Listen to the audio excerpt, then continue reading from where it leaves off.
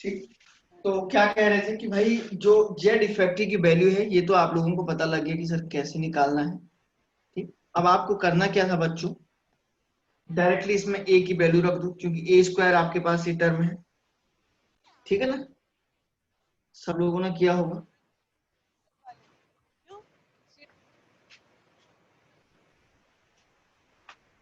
Pi into r square divided by A की value ये है 2r square, 1 into pi into r square divided by 4r square. तो ये तो pi by 4 आ रहा है, तुम तो 0.39 कह रहे हो।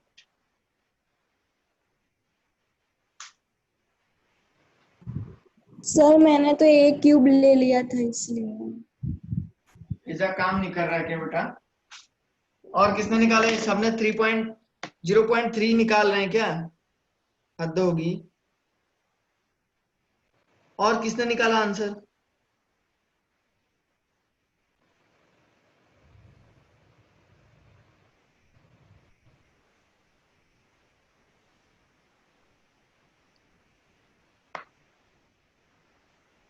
हो गया, समझ में आ गया सभी को?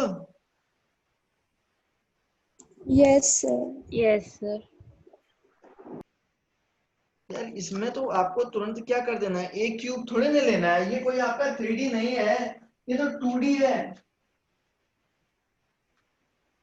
ये तो आपका 2D है और 2D होने की वजह से आपको ये मान के चलना है।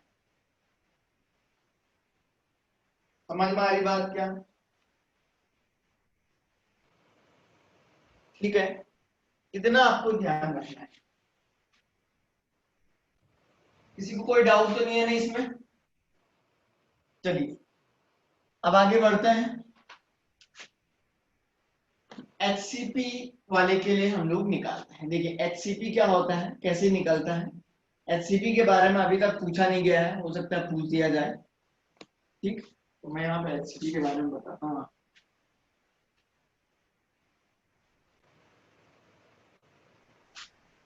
हेक्सागोनल फ्लूइड,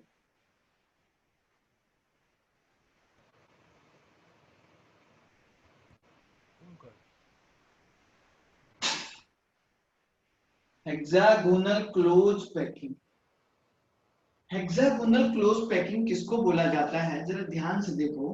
मैं यहाँ पे स्ट्रक्चर बना रहा हूँ कुछ ऐसे ही, कोशिश कर रहा हूँ। 2D में पढ़ रहे हैं हम लोग, किस में पढ़ रहे हैं? 2D structure. देखो बेटा, आप क्या करिए, इस तरीके से लाइन खींचिए, एक ऐसा लाइन बना दीजिए। देखिए थोड़ा छोटे छोटे बनाता हूँ।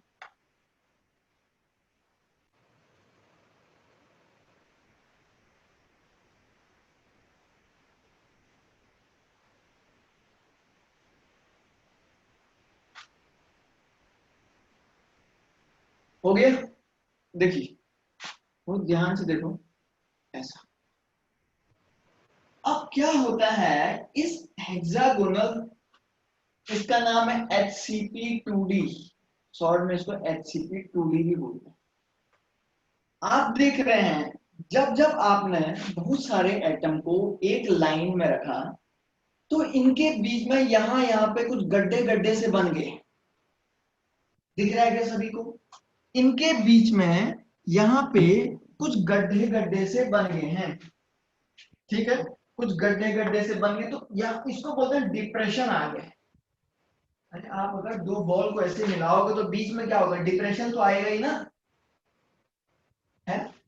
अब जहां पे बीच में डिप्रेशन आया है, जहां पे बीच में डिप्रेशन आया है, ठीक उसी डिप्रेशन के अंदर एक और एटम को रख दो। ध्यान से पहले देख लो कैसे बना रहा मैं। फिर इस डिप्रेशन के ऊपर ठीक एक और एटम को रख दो। ठीक है ना?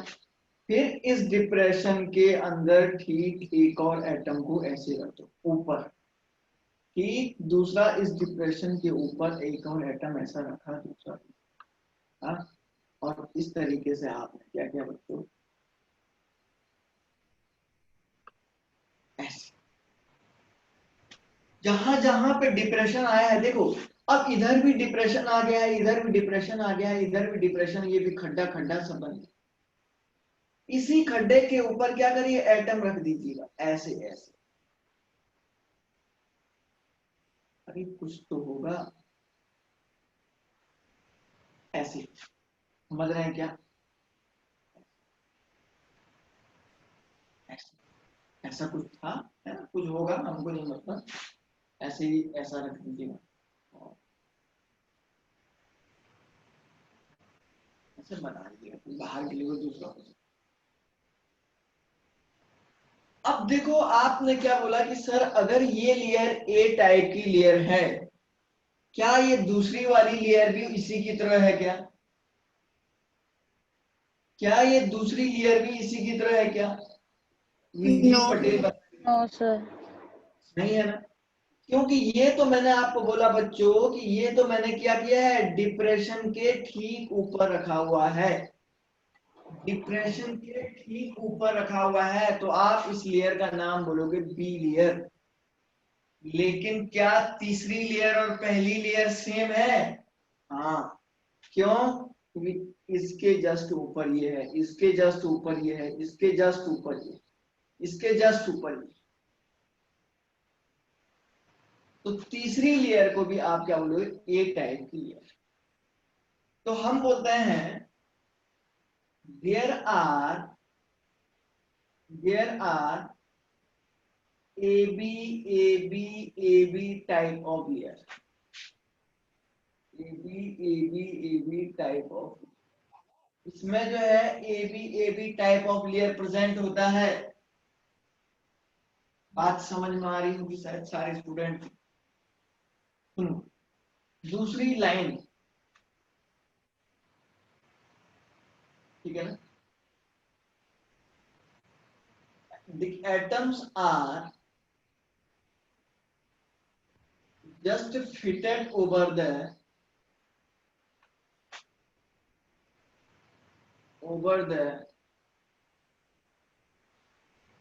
depression of two atoms.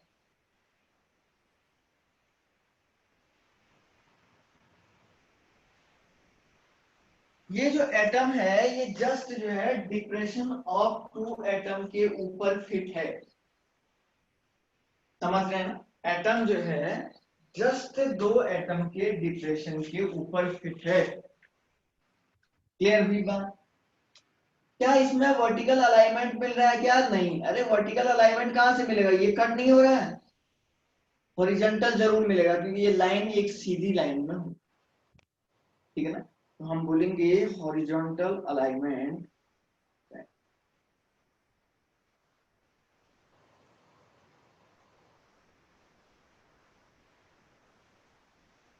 Horizontal alignment इसमें प्रेजेंट। कोऑर्डिनेशन नंबर चेक करते हैं इसका, किसी एक पर्टिकुलर बीच वाले एटम को ले लो, जितने एटम उस पर्टिकुलर बीच वाले एटम को टच कर रहे हैं उनको, उन पे जो है उनके सेंटर पे जो है एक एक छोटा छोटा पॉइंट रखो, इधर देखो ध्यान से, एक तो ये वाला एटम टच कर रहा है, दूसरा ये वाला भी टच कर रहा है, तीसरा ये वाला भी टच कर रहा है, चौथा ये भी तो कर रहा है, पांचवा ये भी तो कर रहा है, ये भी तो कर, तो कोऑर्डिनेशन नंबर कितना हो जाएगा इसका, 6। जो जो एटम इन एक पर्टिकुलर सेंटर वाले एटम को टच कर रहे हैं जो जो एटम एक पर्टिकुलर सेंटर वाले एटम को टच कर रहे हैं उनके उनके सेंटर को मिला दो। ये देखिए यहां से इसको मिलाया, यहां से इसको मिलाया, यहां से इसको मिलाया, यहां से इसको मिलाया, यहां से इसको मिलाया, यहां, तो आप देख रहे हैं सारे एटम को मिलाने से एक हेक्सागोन टाइप का मिल रहा है क्या? सारे एटम को मिलाने से एक हेक्सागोन टाइप का मिल रहा है, सारे एटम के सेंटर को मिलाने से एक हेक्सागोन टाइप का मिल रहा है, तो इसलिए आपने इसको बोला हेक्सागोनल क्लोज पैक। इसलिए आप लोगों ने बोला बच्चों हेक्सागोनल क्लोज पैक।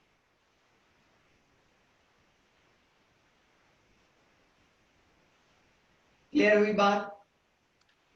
क्या सभी स्टूडेंट को समझ में आ रहा है? इसलिए इसको बोलते हैं हेक्सागोनल क्लोज पैकेट। इसी वजह से बच्चों इसका नाम होता है हेक्सागोनल क्लोज पैकेट। ठीक है ना? चलो अब एक काम करते हैं, इसका पैकिंग फ्रैक्शन निकालते हैं। बहुत ज्यादा से ज्यादा इंपॉर्टेंट, आज नहीं तो कल, कल नहीं तो एक दिन जरूर हो जाना है। देखो कैसे निकालते, इसमें भी वही कहानी हो जाएगी, Z effective into volume of one atom. Volume तो होगा ही नहीं ना, अब ये तो 2D है, क्या हो जाएगा एरिया। जब मैं यहाँ पे 3D लिख दूंगा तो वॉल्यूम तभी आएगा, यूनिट सेल 3D में होते हैं, divided by area of hexagon. Area of hexagon, वहां पे क्या था, area of unit cell. Unit cell कैसा था, 2D स्क्वायर प्लेनर, तो स्क्वायर का क्या होता है ए स्क्वायर, लेंथ इंटू विड्थ, है ना, लेंथ इंटू विड्थ, यही तो होता था एरिया। लेकिन यहाँ पे क्या होगा, एरिया ऑफ हेक्सागोन। ठीक है, अब देखो बच्चों कैसे निकालते हैं। सबसे पहली बात तो आप लोगों के सामने ये सबसे बड़ी प्रॉब्लम है कि सर जेड इफेक्टिव तो निकालो। जेड इफेक्टिव की वैल्यू को कैसे आपको निकालना है, ये टर्म में आप लोगों को बता। जेड इफेक्टिव को कैसे निकालना है ये मैं आपको बता रहा हूं। देखो बच्चा, थोड़ा सा इधर देखो, बहुत ध्यान से देखो बच्चों। किसी एक सर्कल को ले लो, इस सर्कल को ले लीजिए।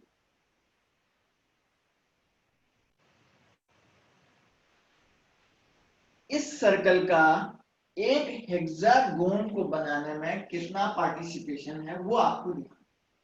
देखो कितना है, एक लाइन इधर से इधर खींची, 1 2 3, मतलब ऐसा है ना ये सर्कल, देखो ऐसा ही तो है, इतना ही तो पार्ट गया है, थोड़ा सा ज्यादा गया है ना। तो मतलब 1/3 पार्ट एक हेक्सागोन को बनाने में जाएगा, एक सर्कल का, एक सर्कल का 1/3 पार्ट एक हेक्सागोन को बनाने में जाएगा। ठीक है ना, समझ में आ रहा है?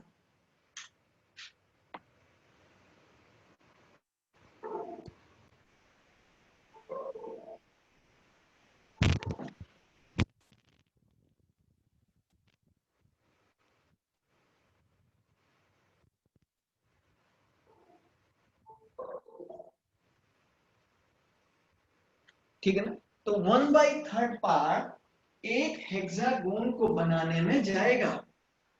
अब आप बोलेंगे सर एक सर्कल का अगर 1/3 पार्ट जा रहा है, जरा ध्यान से देखो, एक सर्कल का अगर 1/3 पार्ट जा रहा है तो कितने ऐसे ही सर्कल हैं जिनके 1/3 जा रहे हैं, देखो 1 2 3 4 5 6 प्लस 1 क्यों, बीच वाले सर्कल का तो पूरा का पूरा जा रहा है ना पार्टिसिपेशन, तो कितना होगा 2 + 1। अभी तक क्वेश्चन नहीं पूछा है, इसका जेड इफेक्टिव भी बड़ा टफ है, इसका जेड इफेक्टिव भी बड़ा टफ, इसलिए बता दिया है, सीख लो आराम से। किसी को डाउट है तो बोल सकता है सर एक बार रिपीट और करिए, कोई भी दिक्कत नहीं है, मैं आराम से कर दूं। कराना है क्या किसी को?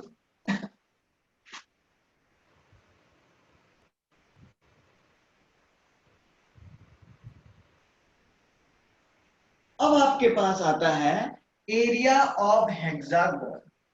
अब एरिया ऑफ एटम या वन एटम कितना होगा, पाई स्क्वायर ही तो होगा, एक एटम का एरिया, सर्कल ही तो है, लेकिन हेक्सागोन का एरिया कितना होगा, समझ रहे हैं? देखो बेटा कैसे निकालते हैं हेक्सागोन का एरिया।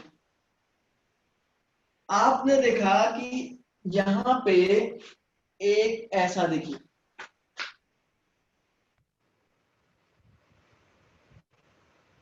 इतना एरिया इसका गया है। तो आप देख रहे हैं ये कैसा ट्राइंगल है, एक इक्विलैटरल ट्राइंगल।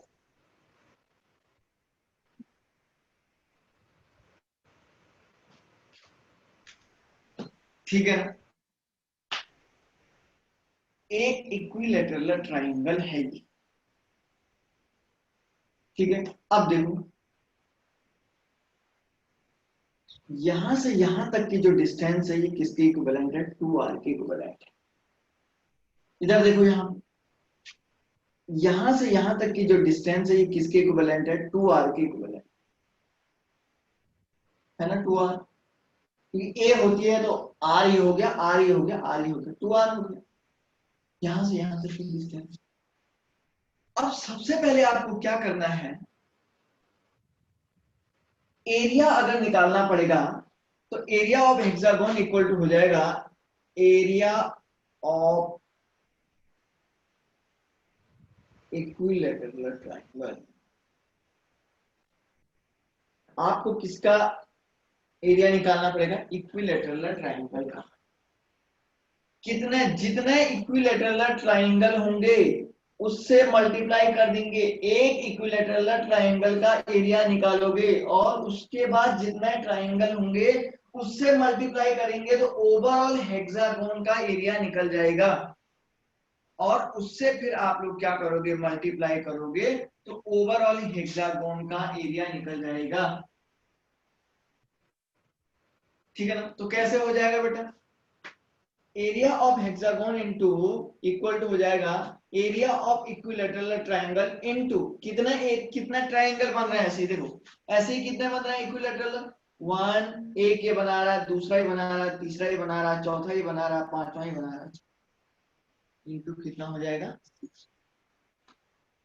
तो area of equilateral triangle equal to होता है एरिया ऑफ इक्वी ट्रायंगल, ऐसा लिख देता हूं, इक्वल टू होता है √3/4 इंटू ए स्क्वायर, है ना।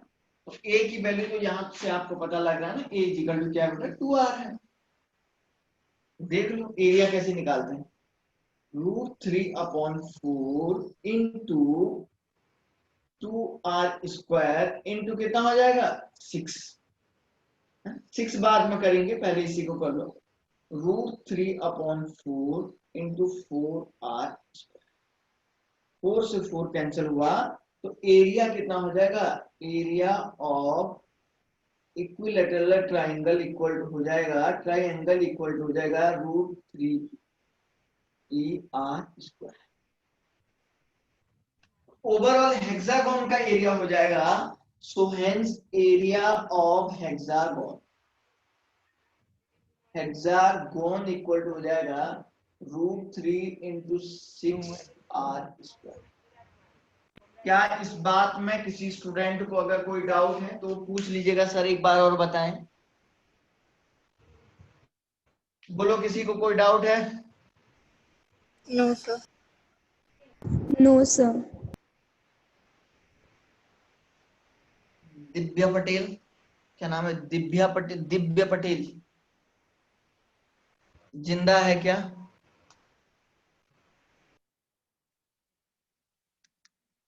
प्रथम सोनी,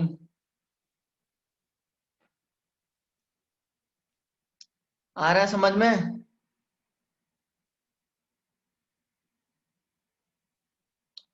ऑडियो चेक करो बेटा, ऑडियो किसी के पास शायद हो सकता है नेटवर्क की प्रॉब्लम भी हो सकती है। विधि, यस सर।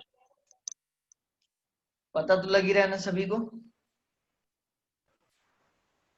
चलो बहुत अच्छी बात है अगर आपको ये समझ में आ गया है, क्योंकि हो सकता है ये एग्जाम में आ सकता है ना, तो इसलिए मैंने आपको बताया कि भाई आप लोगों को कंफ्यूजन नहीं होना चाहिए कि कहां से क्या करना। देखिए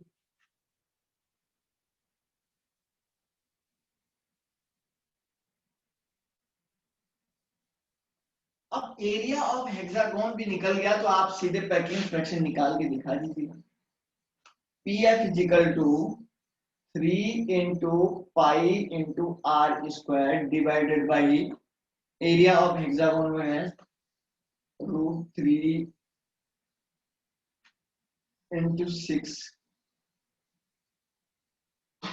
इससे इसको कैंसिल कर दो, इस 3 से इसको 2 टाइम कैंसिल करो, तो packing fraction is equal to pi upon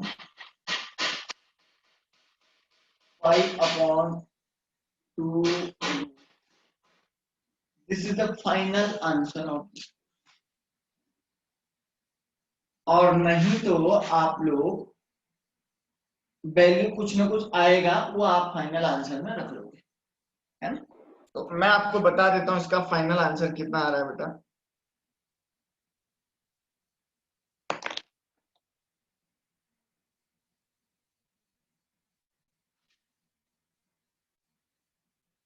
Point 90. 0.90 आ रहा है ना। Yes, हाँ sir. बिल्कुल, इक्वल टू 0.9, और या पैकिंग एफिशिएंसी इक्वल टू हो जाएगा 90%। करेक्ट आंसर है। और मान के चलिए इस टाइप के स्ट्रक्चर में देखो, पहले क्या होता था कि 2000 मतलब कुछ समय पहले क्या होता था, simple cubic unit cell SCC BCC और एफसीसी टाइप भी पूछा जाता था, क्योंकि वही पॉपुलर था। अब वो थोड़ा चेंज करके पूछ रहा है, हो सकता है इसका जेड इफेक्टिव पूछ, हो सकता है इसका पैकिंग फ्रैक्शन स्ट्रक्चर बना के दे दे, ऐसा डायरेक्टली एक हेक्सागोन ऐसा बना के दे देगा। देखिए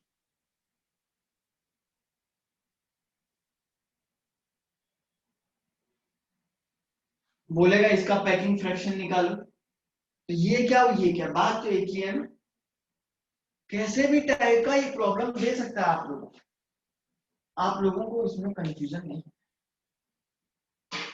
ठीक है। एक और हमारे पास है, एक लाइन और है, बस हेडिंग, हेडिंग भी कल ही लिखेंगे क्योंकि 1 मिनट है। अब नई लाइन अगर हम क्लोज पैकिंग इन 3D पढ़ेंगे, 3D तो बच्चों आप लोग थोड़ा सा अपने घर से देख के आइए, क्यों 3D के स्ट्रक्चर 2 टाइप के होते हैं, सुन लीजिएगा। एक होता है आपका hexagonal close packing in 3D HCP 3D, और दूसरा होता है cubic close packing in 3D। Hexagonal close packing in 3D और दूसरा होता है cubic close packing in 3D। तो दोनों को आपको अपने घर से जरा उनके स्ट्रक्चर देख के आइए, क्यों, क्योंकि यहाँ पे बोर्ड में मैं 3D को नहीं बता पाऊंगा, आपको बस थोड़ा समझाने की कोशिश करूंगा। समझ रहे हैं ना सब लोग। आपको 3D थोड़ा अपने घर से बुक्स में देख के आना, कैसे दिखने में कैसे दिखते हैं, सब लोगों से बोल रहा हूँ, क्योंकि अदरवाइज फिर आपको जो है यहाँ पे मैं बताऊंगा नहीं कि 3D कैसा होता है, ये देखेगा ही नहीं आप, है? तो फिलहाल के लिए क्लास को एंड करता हूँ। किसी को कोई डाउट है तो भाई बोलो, अदरवाइज एंड कर देता हूँ।